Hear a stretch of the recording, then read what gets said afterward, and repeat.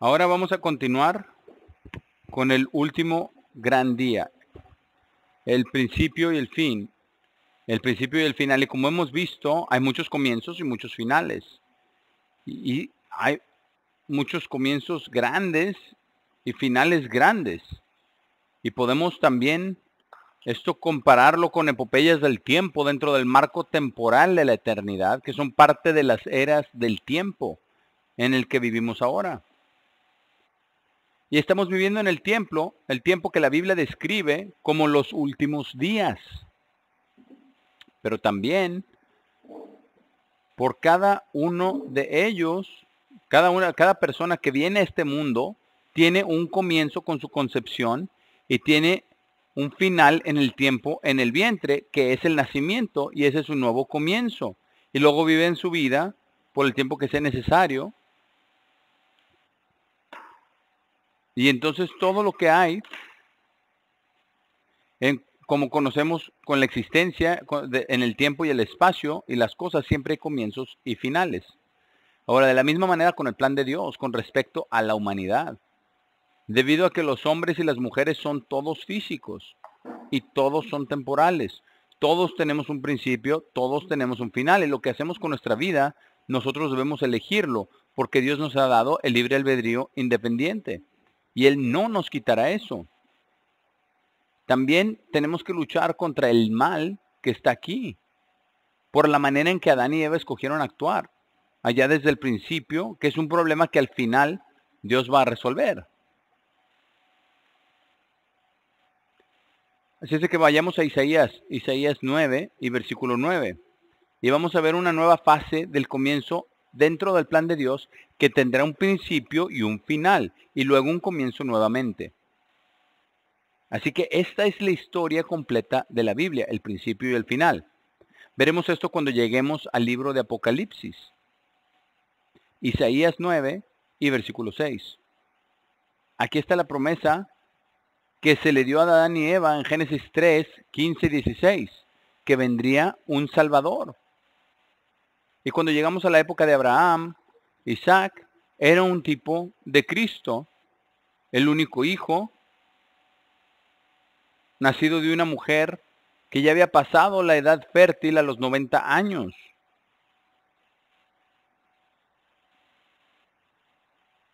Ahora, aquí hay algunas mujeres que están escuchando este mensaje y tienen 90 años. ¿No se reirían ustedes si alguien les dijera que usted va a tener un hijo en los 90 años? Así es de que Dios hace lo imposible para que entendamos lo que Él va a hacer. Todo lo que hace, todo lo que Dios hace, que es imposible para los hombres, no es para mostrarle a los hombres que Dios tiene razón, porque nada es imposible para Dios, que Dios está en lo correcto. Aquí el comienzo con una profecía de Cristo.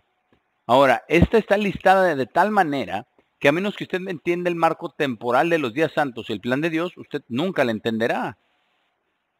Yo le pregunté a Michael Heiss, quien hizo la traducción del Antiguo Testamento para la versión fiel, y le pregunté yo a él, ¿cómo entienden los judíos Isaías 9:6?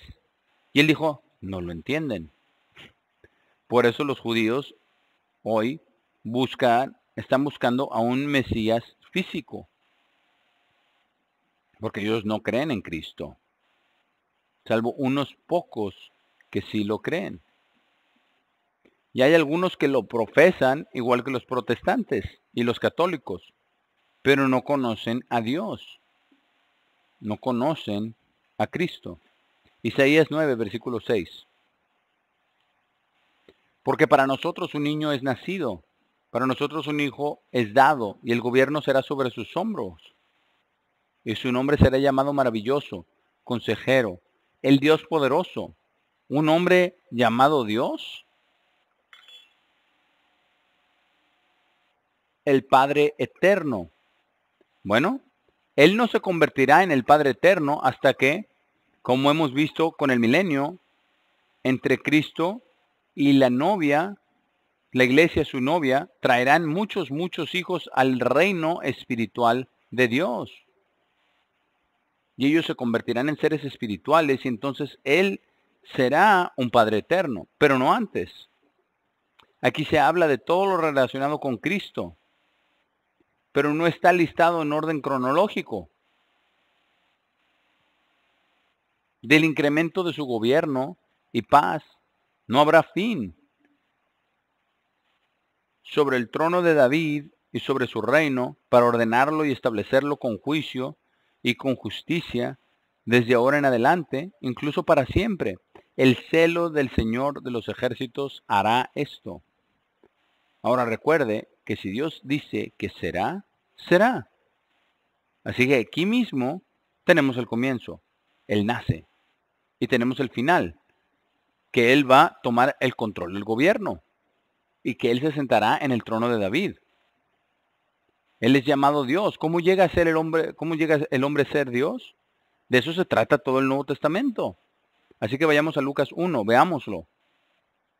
Porque en las eras del tiempo, este es uno de los comienzos. Porque aquel que era Dios en el Antiguo Testamento se convirtió en Jesucristo en el Nuevo, despojándose de su santo poder de Dios para convertirse en un puntito de vida y ser fecundado en el vientre de la Virgen María, como dice en Filipenses 2. Y ella dio a luz al Hijo de Dios, el unigénito. Y esto fue profetizado en Isaías 6.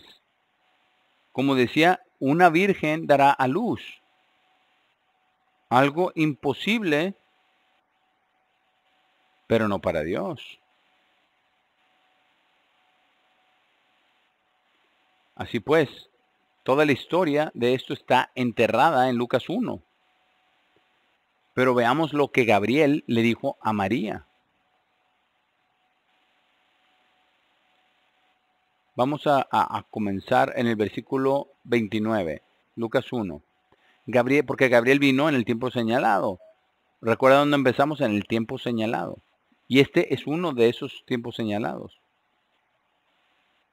Y Jesús fue engendrado en el tiempo señalado. No sabemos exactamente cuándo fue, pero sabemos muy bien cuándo nació. El tiempo señalado de la fiesta de trompetas. Entonces esto se remonta a 9 meses antes de eso. Lucas 1, versículo 29.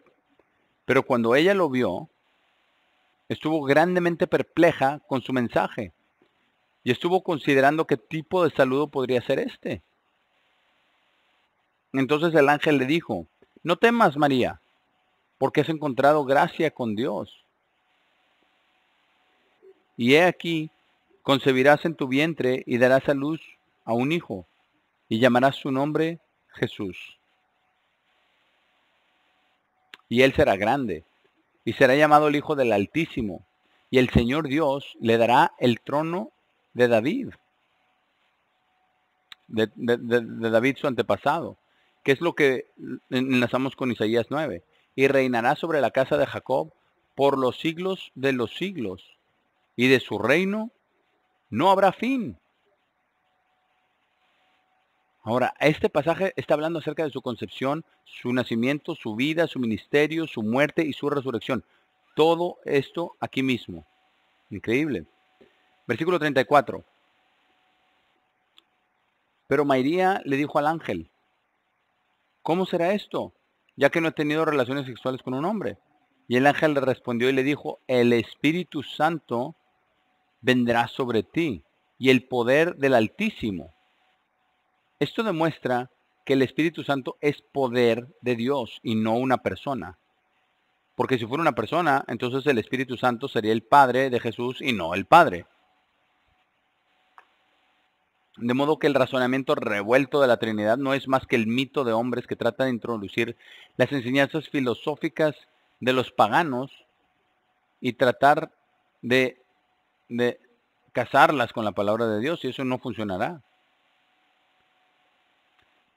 Entonces, el Espíritu Santo vendrá sobre ti y el poder del Altísimo te cubrirá con su sombra, y por esta razón el Santo siendo engendrado en ti. Esto es presente, tiempo presente, participio, está siendo ahí hecho allí mismo cuando estaba hablando. siendo engendrado en ti, será llamado el Hijo de Dios. Ahora, después le cuenta a Isabel, a su tía, que estaba embarazada de aquel que sería conocido como Juan el Bautista, quien sería el mensajero delante del Señor.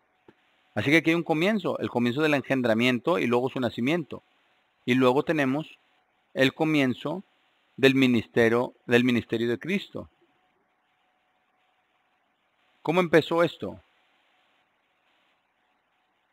¿Cómo comenzó el ministerio de Cristo?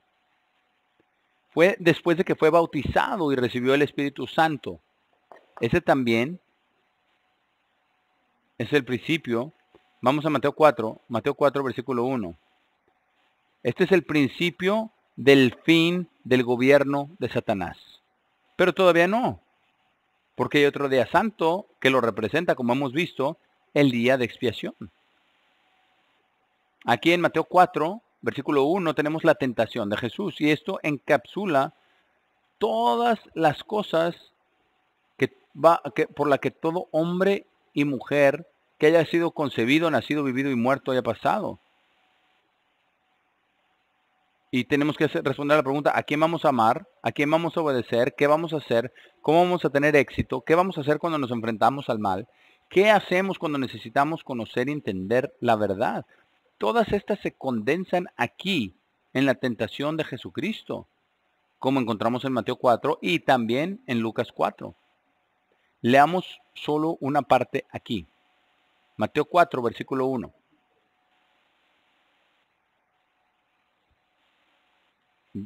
Versículo 1. Entonces Jesús fue llevado al lugar desolado por el Espíritu para ser tentado por el diablo. A ver, ¿y por qué haría eso él? Porque tenía que vencer a Satanás. Porque él permitió que Satanás entrara y persuadiera a Adán y Eva de comer del árbol del conocimiento y del bien y del mal. Entonces tiene el conocimiento del bien y del mal, el camino de Satanás por un lado, y el conocimiento del bien y el mal, el camino de Dios por el otro. Puesto que ellos escogieron seguir el camino de Satanás para poder seguir el camino de Dios, tuvieron que vencer a Satanás. Pero el único que logró vencer completamente a Satanás, el diablo, fue aquel que se convirtió en Jesucristo, Dios manifestado en la carne. Así es de que es el comienzo de su ministerio. Aquí mismo cuando tenía 30 años. Verso 2. Y cuando había ayunado por 40 días y 40 noches, después estuvo famélico. Y cuando el tentador vino a él, dijo, si eres el Hijo de Dios, ordena que estas piedras se conviertan en pan. Él podía hacerlo, sin problema. Pero notamos la respuesta de Jesús. Aquí está la respuesta para cada hombre, mujer y niño en todo el mundo, en todo momento.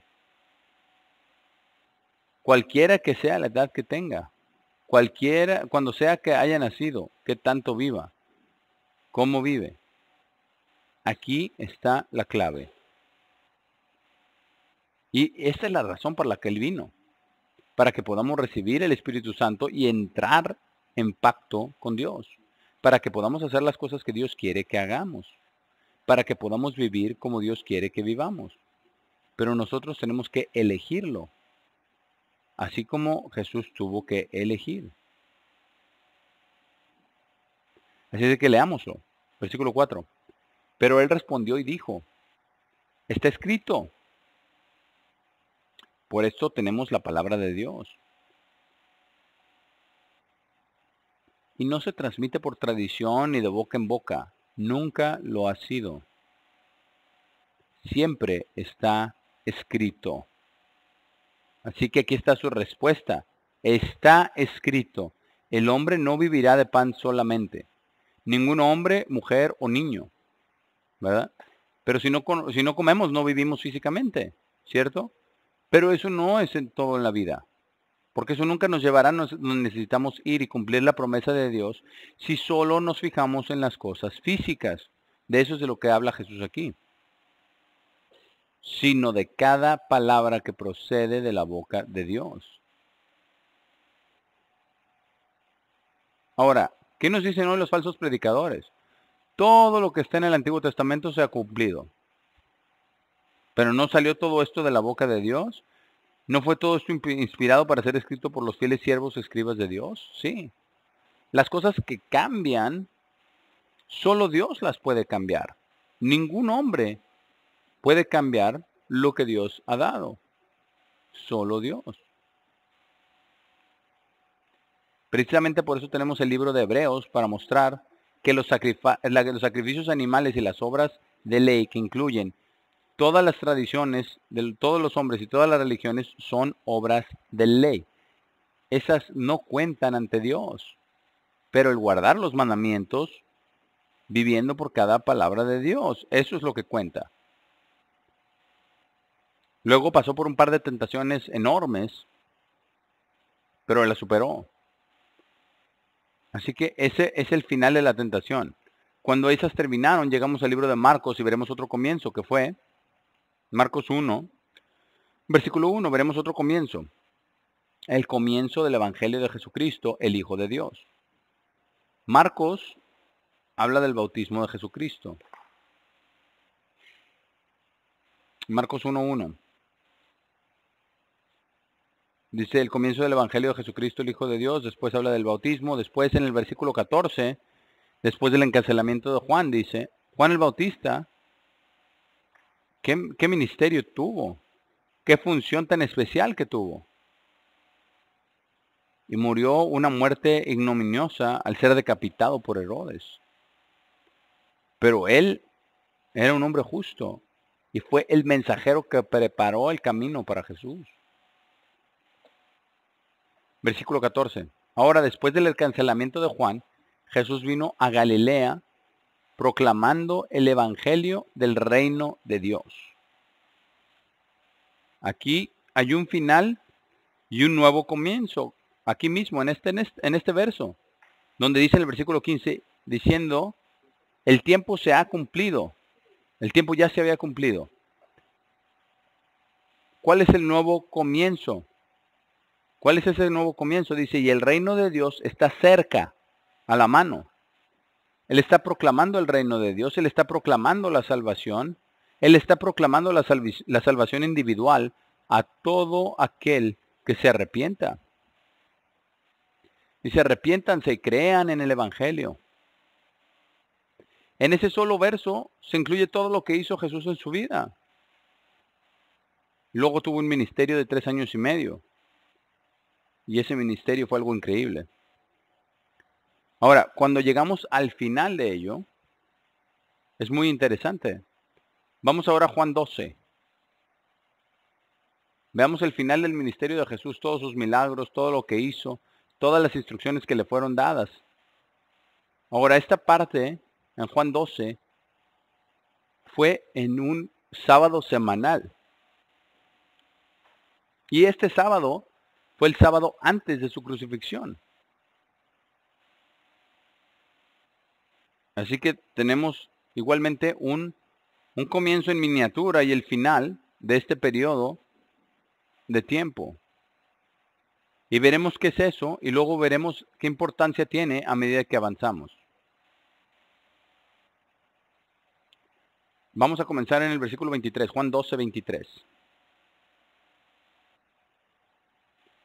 Después de que Felipe y Andrés vinieron y trajeron a algunos de los discípulos griegos, ellos querían ver a Jesús. Aquí en el versículo 23, pero Jesús les respondió diciendo, el tiempo ha llegado para ser glorificado el Hijo de Hombre. Y veremos que Jesús dijo, se ha cumplido o está terminado. Muy interesante. Aquí dice, el tiempo ha llegado, el comienzo de la última semana, aquí mismo, en un sábado.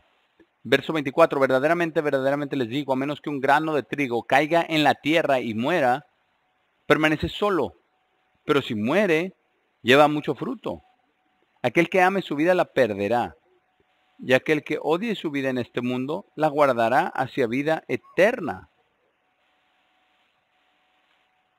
Ahora, esa es una promesa. Si alguien me va a servir, sígame. Pregunta, ¿Pecó Jesús alguna vez? No. ¿Quebrantó alguna vez un mandamiento de Dios? No. Primera de Juan 2 dice que debemos caminar en sus pasos. Él guardó el sábado, Él guardó los días santos, Él guardó las leyes de Dios y Él las guardó en el Espíritu. Y dice, versículo 26, y donde yo estoy, allí estarán también mis siervos. Está hablando de la resurrección. Y si alguien me sirve, a Él honrará el Padre. Y eso es algo asombroso. Ahora mi alma está afligida.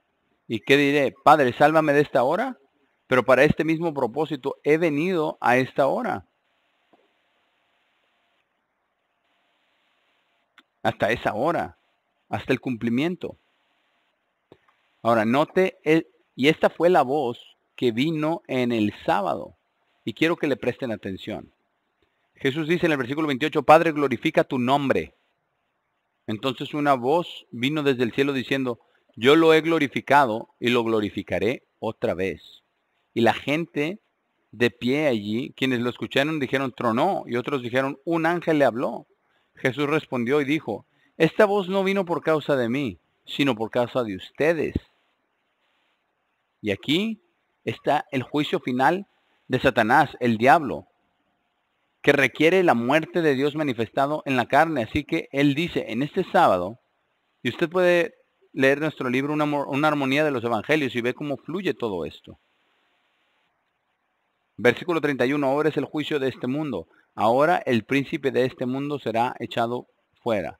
Y si yo soy levantado de la tierra, atraeré a todos a mí mismo. Pero Él dijo esto para indicar de qué muerte estaba a punto de morir. Ahora, no lo podían entender porque decían, si el Cristo vive para siempre, entonces si muere, ¿cómo puede ser el Cristo? Ahora bien, hagamos un recuento para que lo entendamos. Aquí está el comienzo de lo último de Cristo en la carne. Pero veremos que hay 8 días involucrados desde el momento en que se escuchó esta voz desde el cielo hasta que ascendió al cielo para ser aceptado por Dios el Padre. Y habrán 8 días que se completarán. En el primer día de la semana siguiente, Él asciende al Padre. Nosotros tenemos Pascua, tenemos sábado, domingo, lunes, martes, miércoles. Él fue crucificado en el cuarto día, ¿verdad? Tenemos sábado, lunes, martes y miércoles, día 4. Él fue crucificado en el cuarto día. Y luego fue puesto allí en la tumba. Y allí estuvo 3 días y 3 noches. Miércoles por la noche, jueves por la noche, viernes por la noche. Ahí están las 3 noches. Y luego tenemos los 3 días también. Jueves, porción diurna, viernes, porción diurna y sábado, porción diurna. Ahora, Él murió en la cruz a la hora 9, aproximadamente a las 3 de la tarde. Eso terminó su vida. Eso terminó su ministerio. Y Él estuvo en el sepulcro 3 días y 3 noches antes de resucitar. Así que murió a la hora sexta y se resucitó a la hora sexta, pero permaneció en el sepulcro hasta que se completaron 3 días y 3 noches. ¿Por qué? Porque fue puesto en la tumba justo cuando terminaba el día de Pascua y comenzaba el primer día de panes sin levadura. Entonces, cuando llegaron el primer día de la semana, ahora, escuche con atención. Tenemos jueves, viernes y sábado. Ahí tenemos 3 días más. Entonces tenemos 8 días de sábado a sábado, incluyendo de sábado a sábado, cuenta inclusiva. Fue crucificado a la mitad. Luego resucita comenzando un nuevo día, comenzando una nueva recuperación como ser espiritual. Ahora comienza la aceptación de Cristo en el día de la ofrenda de la gavilla mecida, el primer día de la semana, que no tiene nada que ver con la observación del domingo, sino que tiene que ver con la aceptación especial de Jesucristo por Dios el Padre como sacrificio por los pecados del mundo. Entonces, su ministerio había terminado. Él resucitó de entre los muertos. Él ascendió al Padre y ahora comienza con el ministerio del nuevo pacto, comenzando ese mismo día en que Él ascendió al Padre. Primero se les apareció a los dos que iban en Emaús, luego se les apareció a todos ellos, como vemos en Lucas 24. Y luego pasó 40 días con los discípulos. Así que tenemos al principio 40 días de su ayuno contra Satanás el diablo y vencerlo. Y al final, después de su resurrección, tenemos 40 días enseñando a sus apóstoles. Y luego tenemos el día de Pentecostés y el comienzo de la iglesia. Así que observemos los comienzos y los finales y observemos todas las cosas que han sucedido. Y luego tenemos a la iglesia a lo largo de la historia en el libro de Apocalipsis. Ahora vayamos al libro de Apocalipsis porque es importante que lo entendamos. Porque el libro de Apocalipsis está lleno de principios y finales. Es un libro asombroso. Ahora, también recuerde que tenemos una serie de Daniel y Apocalipsis con cuadros y gráficos. Porque Daniel es la cerradura, pero Apocalipsis es la llave que abre esa cerradura.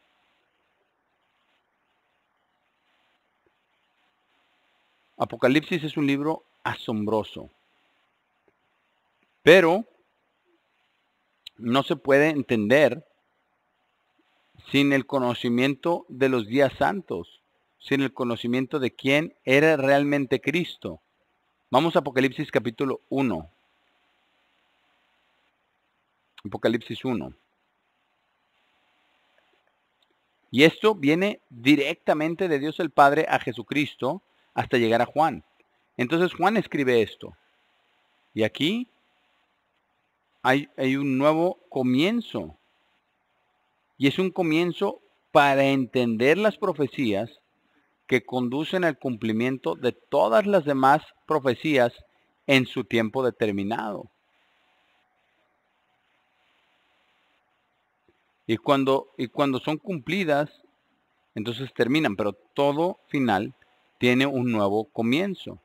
Así es de que Juan, en Apocalipsis 1, versículo 4, dice Juan a las 7 iglesias. Verso 5, y de Jesucristo, el testigo fiel, el primogénito de los muertos. Primogénito. El gobernador de los reyes de la tierra. A Él quien nos amó y lavó de nuestros pecados en su propia sangre. Y eso cumplió lo que fue dado en Génesis 3:15. Eso fue lo que se cumplió allí en el Salmo 22, en Isaías 53, y todas las otras cosas concernientes a su vida, su muerte y su resurrección. Versículo 6. Y nos ha hecho, y está hablando acerca de todos los santos, nos ha hecho reyes y sacerdotes para Dios y su Padre. A Él sea la gloria y la soberanía en las eras de eternidad. Amén. Ahora, Cristo va a venir. Ya lo hemos explicado. No lo vamos a mencionar aquí porque eso es para el día de trompetas. Versículo 7. He aquí, Él viene con las nubes y todo ojo lo verá. Esto será bien conocido. Como sabemos, no existe tal cosa como un rapto secreto. ¿Cómo puede ser que todo el mundo lo vea y que sea un rapto secreto? Dice, y aquellos que lo traspasaron y todas las tribus de la tierra gemirán por causa de él. Aún así, amén. Y el versículo 8 dice, yo soy el alfa y el omega, el principio y el fin, dice el Señor, quien es y quien era y quien debe venir, el Todopoderoso. Nadie estará en contra de él, nadie lo va a detener. Su plan va a funcionar. Versículo 10. Juan dice, yo estaba en el Espíritu en el día del Señor. Y ese no es el domingo. Ese es el día del regreso de Cristo. Y oí una fuerte voz como una trompeta detrás de mí, diciendo, yo soy el alfa y el omega, el primero y el último, el principio y el fin. Esto es tremendo. Dios siempre está involucrado del principio, el principio, el alfa y el omega, el primero y el último. Y dice, y lo que ves escribe en un libro y envíalo a las iglesias. Y veamos lo que dijo Cristo. Porque Juan lo vio, y esto es lo que Juan vio, versículo 12.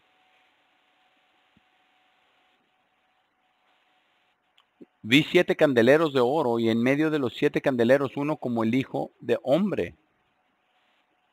Entonces aquí está Cristo en medio de todo esto. Las 7 iglesias son los 7 candeleros que lo rodean. Dice, uno como el Hijo de Hombre, vestido en una prenda, calzando los pies, y ceñido por el pecho con una coraza de oro.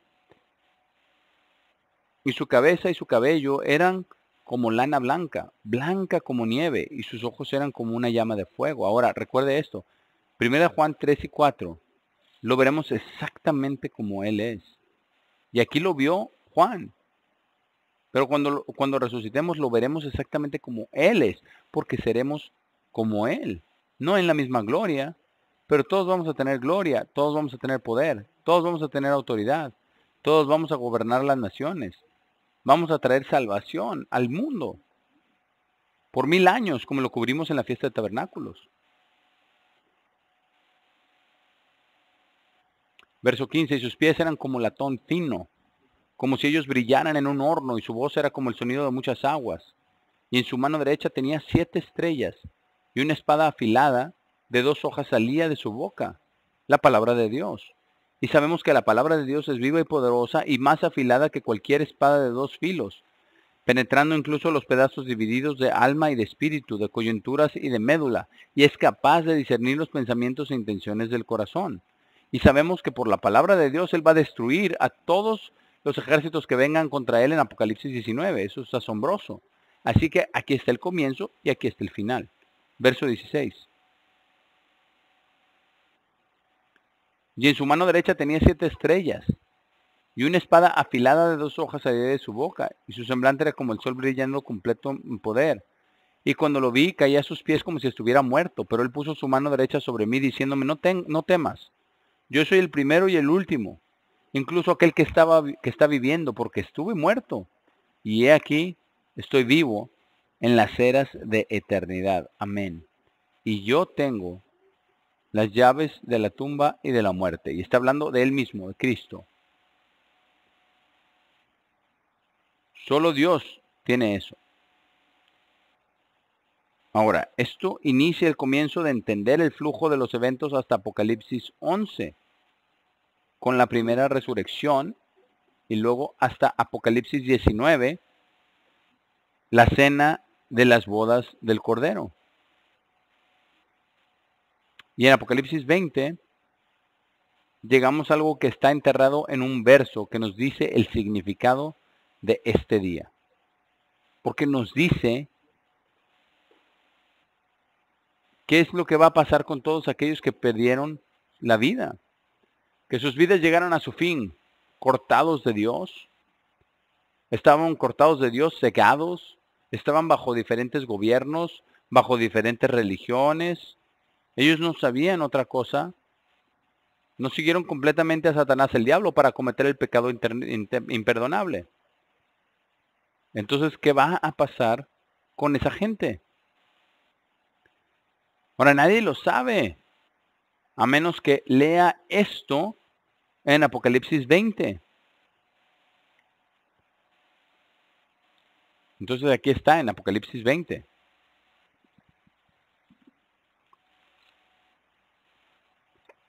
Ahora, aquí hay una frase, y esta frase revela o descifra el misterio de Dios, de lo que Dios va a hacer por todos aquellos que vivieron y murieron y nunca tuvieron una oportunidad de salvación. Porque Dios no les dio una oportunidad de salvación. Porque cuando leemos acerca de la parábola del sembrador en Mateo 13, dice que están cegados, que ellos no ven, que ellos no oyen y que no pudieron recibir la conversión. Pero ellos no cometieron el pecado imperdonable. Así es lo que dice en Apocalipsis 20, versículo 4, que habla acerca de la primera resurrección. Versículo 5. Pero el resto de los muertos no vivieron de nuevo hasta que los 1000 años fueron completados. El resto de los muertos, ¿quiénes son el resto de los muertos? Todos aquellos que nunca fueron llamados, aquellos que nunca tuvieron una oportunidad de salvación. Apocalipsis 20 también habla acerca de la resurrección de los malvados para ir al lago de fuego. Así es de que esta resurrección consta de dos partes. La resurrección para aquellos que recibirán la salvación es la primera parte, y aquellos que son resucitados para ser echados al lago de fuego, porque han cometido el pecado imperdonable. Ellos se han rebelado contra Dios y no se arrepentirán, y no pueden tener vida eterna. Pero esa sola frase, el resto de los muertos no vivieron de nuevo hasta que los 1000 años fueron completados. Y dice en el versículo 12, y vi a los muertos, pequeños y grandes, de pie delante de Dios. Y los libros fueron abiertos, y otro libro fue abierto, el cual es el libro de vida.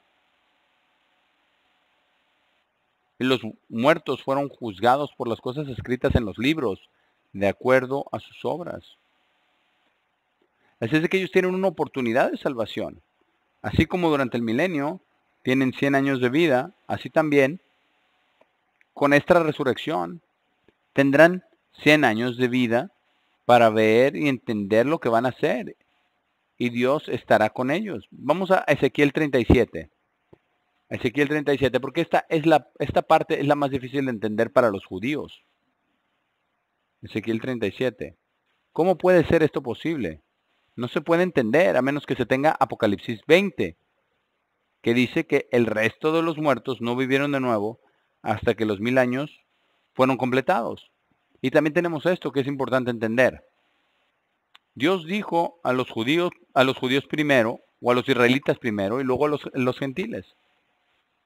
Pero encontramos en Mateo 12 que habrá una resurrección de todos. Así es de que pongan su dedo ahí en Ezequiel 37, vayamos a Mateo 12. Mateo 12. Veamos donde dijo Jesús que esto sucedería, para que lo tengamos todo claro. Esta resurrección en Mateo 12 será un nuevo comienzo para esta gente. Para todos aquellos que sus vidas terminaron, pero no fueron llamados. Sus vidas terminaron, pero no tuvieron el entendimiento. Sus vidas terminaron, pero no pecaron cometiendo el pecado imperdonable. Mateo 12, versículo 31. Por esto, yo les digo, todo pecado y blasfemia será perdonada al hombre, excepto la blasfemia contra el Espíritu Santo. Esa no será perdonada al hombre. ¿Por qué? Porque eso es rechazar a Dios el Padre. Eso es rechazar su Espíritu, con malicia y con odio y disposición satánica del más alto extremo. Verso 32.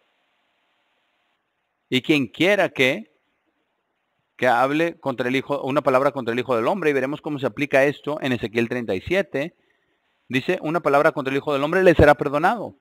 Pero quien quiera que hable contra el Espíritu Santo, no le será perdonado ni en esta era, ni en la era venidera. O hagan el árbol bueno y el fruto bueno, o hagan el árbol corrupto y su fruto corrupto.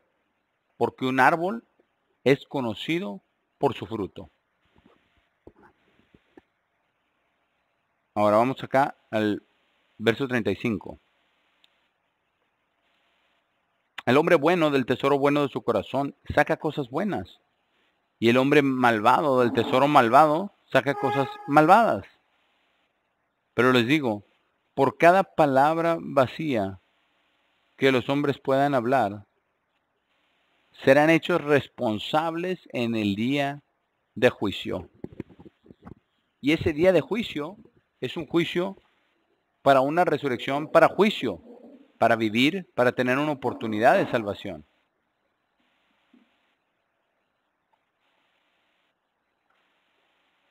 Verso 37. Dice, porque por sus palabras serán justificados y por sus palabras serán condenados. Entonces algunos de los escribas y fariseos respondieron diciendo, Maestro, deseamos ver una señal de ti. Y él respondió y les dijo, una generación malvada y adúltera busca una señal, pero ninguna señal les será dada, excepto la señal de Jonás el profeta. Porque así como Jonás estuvo en la barriga del pez 3 días y 3 noches, en la misma manera el Hijo de Hombre estará en el corazón de la tierra 3 días y 3 noches. Los hombres de Nínive se pararán en el juicio. Aquí está. Se pondrán de pie después de estar tirados en la tumba. Se pararán con esta generación y la condenarán, porque aquellos se arrepintieron a la proclamación de Jonás. Y he aquí, uno más grande que Jonás está. Ahora, en otro contexto temporal, en otra generación, y note que está hablando acerca de gentiles. Verso 42. Versículo 42 dice, la reina del sur se levantará en el juicio con esta generación y la condenará, porque ella vino desde los confines de la tierra para escuchar la sabiduría de Salomón. Y he aquí, uno más grande que Salomón está aquí. Esto muestra una resurrección. Apocalipsis 20 y versículo 5 muestra una resurrección. Ahora vayamos a Ezequiel 37 y veremos que es una resurrección a una segunda vida física. Para su primera oportunidad de salvación. Y esto es algo asombroso en verdad. Ahora vamos acá a Ezequiel 37. Ezequiel mismo no lo entendió y los judíos el día de hoy no lo entienden. ¿Cuánta gente lo entiende? Debe tener usted esa frase en Apocalipsis 25, donde dice, el resto de los muertos no vivieron de nuevo hasta que los 1000 años fueron cumplidos. Entonces tiene que combinar eso con Mateo 12, como lo hicimos aquí. Ezequiel 37, versículo 1. La mano del Señor fue sobre mí y me trajo por el Espíritu del Señor y me colocó en medio de un valle y estaba lleno de huesos. Y me hizo caminar entre ellos todo el derredor. Y aquí muchísimos estaban en el valle abierto. Y aquí estaban muy secos. Esto muestra que habían estado muertos por mucho tiempo. Y me dijo, imagínense a Ezequiel cuando Dios le dijo esto. Él estaba mirando todos esos huesos a su alrededor. Dios le dijo, hijo de hombre, ¿pueden vivir estos huesos? Y yo respondí, oh Señor, Dios, tú sabes. Otra vez me dijo, profetiza a estos huesos y diles, oh huesos secos, oigan la palabra del Señor. Piensen en eso. Así dice el Señor a estos huesos. He aquí yo haré que aliento entre en ustedes y vivirán. Y pongamos atención para ver qué tipo de vida esto será. Dice, entonces, y observe qué clase de vida será. Y pondré nervios sobre ustedes y traeré carne sobre ustedes y los cubriré con piel y pondré aliento en ustedes y vivirán. Recordemos, el resto de los muertos no vivieron de nuevo hasta que los años fueron completados y sabrán que yo soy el Señor. Verso 7. Entonces profeticé como me fue ordenado. Mientras profetizaba, hubo un ruido. Y he aquí un temblor y los huesos se juntaron, hueso a su hueso. Y mientras miraban, he aquí los tendones y la carne vino sobre ellos y la piel los cubrió encima. Pero no había aliento en ellos. Así que aquí están todos estos nuevos seres humanos recién formados a partir de su forma antigua, sin aliento en ellos. Versículo 9, y me dijo, profetiza al viento, profetiza, hijo de hombre, y dile al viento, así dice el Señor Dios, ven de los cuatro vientos, oh aliento, y respira sobre estos muertos para que puedan vivir. Y esto me recuerda cuando Jesús estaba en su entrada triunfal a Jerusalén, y todos los discípulos cantaban, Hosana al Rey. Y todos los fariseos dijeron, díganle que deje de hablar. Y Jesús dijo, si lo hicieran, las piedras hablarían. Así que aquí está, Dios habla a los huesos y estos viven. Verso 10, entonces profeticé como me ordenó, y el aliento entró en ellos y vivieron y se pararon sobre sus pies un ejército extremadamente grande. Son tantos que pueden verlos de pie allí. Y me dijo, hijo de hombre, estos huesos son toda la casa de Israel. ¿Cómo murió toda la casa de Israel? Sin conocer al Salvador. Ellos murieron por sus pecados, fueron enviados al cautiverio, murieron en guerras. Vimos en Mateo 12 también que los gentiles serán resucitados al mismo tiempo que ellos. Y aquí ellos dicen, nuestros huesos están secos y nuestra esperanza está perdida. Nosotros mismos estamos completamente cortados. Ahora escuchen esto. Él dice 4 veces, salgan de sus tumbas. Ahora, si está muerto y salen de la tumba, eso es una resurrección a la vida física para que puedan tener salvación. Versículo 12. Por tanto, profetiza y diles, así dice el Señor Dios, he aquí, oh mi pueblo, yo abriré sus tumbas y haré que suban de sus tumbas y los traeré a la tierra de Israel y sabrán que yo soy el Señor. Conversión. Y cuando haya abierto sus tumbas, oh mi pueblo, y los haya subido de sus tumbas, y pondré mi espíritu en ustedes. Ahí está la conversión. Y vivirán. Así que aquí hay un nuevo comienzo. Esto durará 100 años. Al final todos los que se conviertan y vivan como deben serán transformados de carne a espíritu.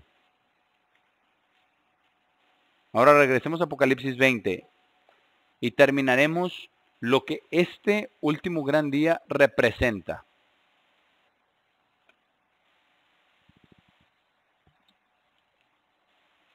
Porque este es un nuevo comienzo hacia la eternidad. Dentro de ese tiempo de eternidad habrá nuevos comienzos y nuevos finales en el plan de Dios. Pero Dios tendrá que revelarlo. Ahora, en la última parte de Apocalipsis 20,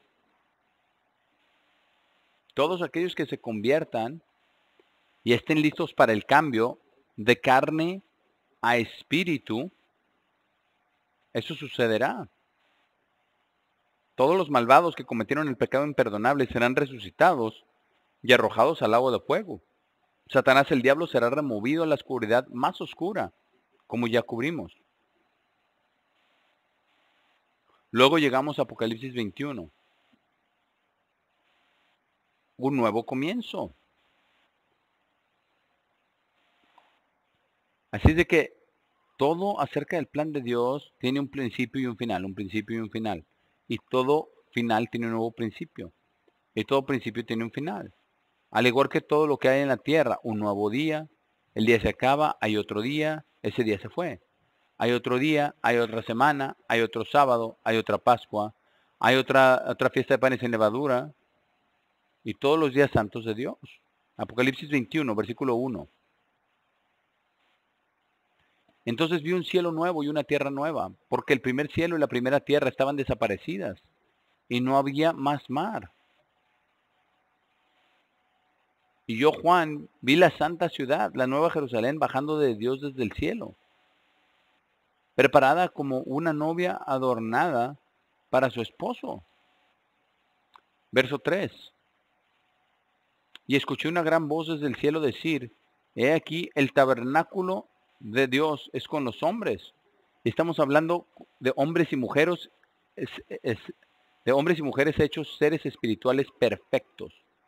Dice, y Él vivirá con ellos, y ellos serán su pueblo, y Dios mismo estará con ellos, y será su Dios. Y Dios borrará toda lágrima de sus ojos, y no habrá más muerte, o pena, o llanto, ni habrá más dolor, porque las cosas anteriores han desaparecido. Este es un final. Versículo 5, y quien se siente en el trono dijo, he aquí, yo hago todas las cosas nuevas, nuevo comienzo. Entonces él me dijo, escribe, porque todas estas palabras son verdaderas y fieles. Verso 6, y me dijo, está hecho. Un final. Yo soy Alfa y Omega, el principio y el fin. ¿Y ven cómo esto se repite a lo largo de toda la Biblia? Hasta aquí. Al sediento, yo le daré gratuitamente de la fuente del agua de vida. Aquel que venza heredará todas las cosas y yo seré su Dios y él será mi hijo. Pero el cobarde e incrédulo y abominable y asesinos y fornicarios y hechiceros e idólatras y todos los mentirosos tendrán su parte en el lago que quema con fuego y azufre, la cual es la segunda muerte, el lago de fuego. Después describe la nueva Jerusalén que desciende como está hecha, hermosa, absolutamente asombrosa, calles pavimentadas con oro, piedras preciosas por todas partes, grandes puertas para entrar y ángeles guardándolas. La nueva Jerusalén es donde vivirán todos aquellos de la primera resurrección. Verso 22. Y no vi templo en ella, en la nueva Jerusalén, porque el Señor Dios Todopoderoso y el Cordero son el templo de ella. Y la ciudad no tiene necesidad del sol o de la luna. Están ahí, pero no la necesitan.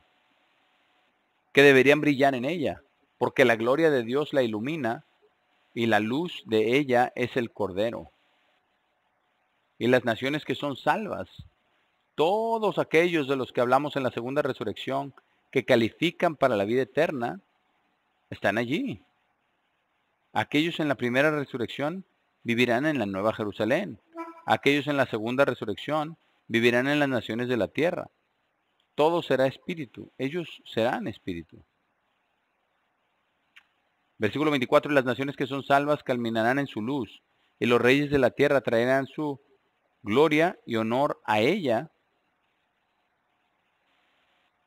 Y no habrá, y sus puertas nunca serán cerradas de día, porque no habrá noche allí. Y ellos traerán la gloria y el honor de las naciones a ellas.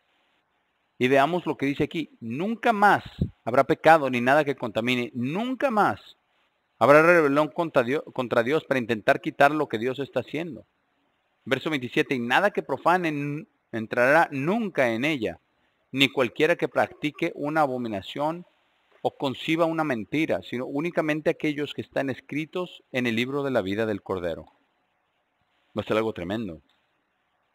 Y luego tenemos el capítulo 22, que es un capítulo asombroso. Así que tenemos un nuevo comienzo en el 22 que continúa hasta la eternidad. Y dentro de las eras del tiempo también habrá nuevos comienzos y finales. Leamos lo que dice, vamos a leer algunos de los versículos de Apocalipsis 22, comenzando con el versículo 1. Después me mostró un río puro de agua de vida, claro como cristal, fluyendo del trono de Dios y del Cordero. Y en medio de la calle, y de este lado del río, y de ese lado del río, estaba el árbol de vida, produciendo 12 clases de fruto, cada mes rindiendo su fruto.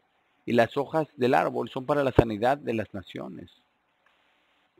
Y no sabemos exactamente cómo funciona eso, pero consiste en tomar o incorporar consistentemente todo lo que tiene que ver con la vida eterna. Verso 3, y no habrá más maldición, y el trono de Dios y del Cordero estará en ella, y sus siervos le servirán, y ellos verán su cara.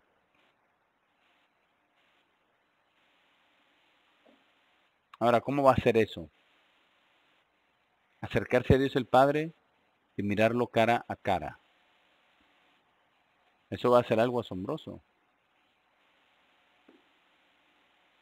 Dice, y su nombre estará en sus frentes, y no habrá noche allí, porque ellos no tienen necesidad de una lámpara o de la luz del sol, porque el Señor Dios los ilumina, y ellos reinarán en las eras de eternidad. Las eras de eternidad, para siempre. ¿Se acuerdan dónde empezamos? Dios habita en la eternidad. Así nosotros también, en la Nueva Jerusalén. Qué cosa tan asombrosa. Versículo 6. Y me dijo, estas palabras son fieles y verdaderas. Y el Señor Dios de los santos profetas envió su ángel para mostrar a sus siervos las cosas que deben pasar prontamente. He aquí, yo vengo pronto. Bendito es aquel que guarda las palabras de la profecía de este libro. Bendito, guardando la profecía, guardando los mandamientos, guardando el amor de Dios. Verso 8. Ahora, yo Juan, fui aquel que envió y oyó estas cosas. Pero él, cuando oí y vi, caí para adorar delante de los pies del ángel que estaba mostrándome estas cosas, pero él me dijo, mira, no hagas esto, porque yo soy un consiervo tuyo y de tus hermanos los profetas, y de aquellos que guardan las palabras de este libro. Adora a Dios. Y él me dijo, no selles las palabras de la profecía de este libro, porque el tiempo está cerca. Aquel que sea injusto todavía. Versículo 13. Yo soy Alfa y Omega, el principio y el fin, el primero y el último. Y ahí es donde empezamos. Y aquí está al final del libro de Apocalipsis también. Versículo 14. Benditos son aquellos que guardan sus mandamientos para poder tener el derecho a comer del árbol de vida y poder entrar por las puertas de la ciudad. Pero excluidos son los perros y hechiceros y fornicarios y asesinos e idólatras y todo aquel que ame e idee una mentira. Yo, Jesús, envío mi ángel para testificar estas cosas a ustedes en las iglesias.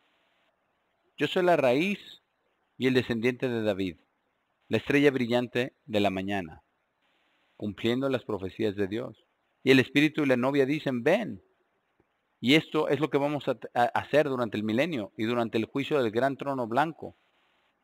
Y aquel que oiga diga, ven. Y aquel que tenga sed, venga. Y aquel que desee, participe del agua de vida gratuitamente.